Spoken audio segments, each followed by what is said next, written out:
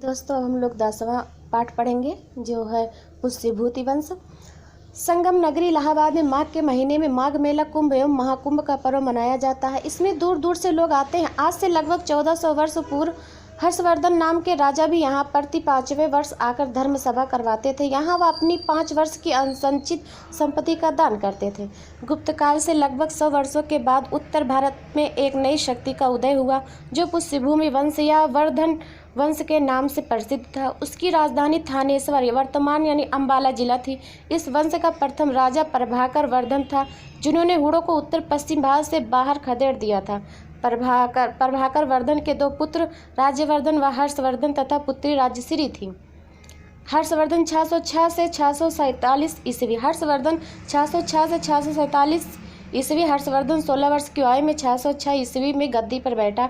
हर्ष की प्रारंभिक राजधानी थानेश्वर थी। बाद में उन्होंने कन्नौज को अपनी राजधानी बनाया। हर्षवर्धन स्वयं विद्वान थे तथा वह विद्वानों के आश्रयदाता भी थे।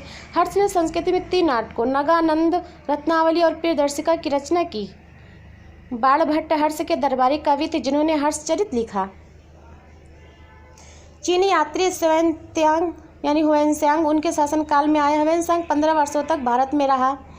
वर्धन काल ह्वेनसांग की नज़र से हर्षवर्धन एक प्रजापालक एवं उदार शासक थे। उन्होंने जिन राज्यों पर विजय प्राप्त की थी उन राज्यों ने हर्ष की अधीनता स्वीकार कर ली। हर्षवर्धन ने अपने संपूर्ण साम्राज्य की व्यवस्था के लिए उसे भुक्तियों यानी प्रांतों, विषयों यानी जिलों तथा ग्रामों में विभाजित किया। उसके शासन में अपराध कम होते थे। अपराध करने वालों को कठोर दंड दिया जाता था। हर्ष का बौद्ध धर्म से लगाव था। उन्होंने कन्नौज में एक विशाल धर्म सभा बुलाई। वह बहुत दानी भी थे।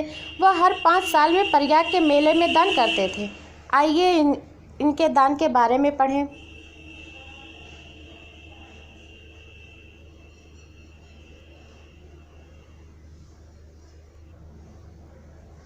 नालंदा का विश्व प्रसिद्ध विश्वविद्यालय हर्ष के राज्य में था। यहाँ धर्म के अतिरिक्त व्याकरण, तर्क, चिकित्सा, विज्ञान, शिल्प और उद्योग की भी शिक्षा दी जाती थी।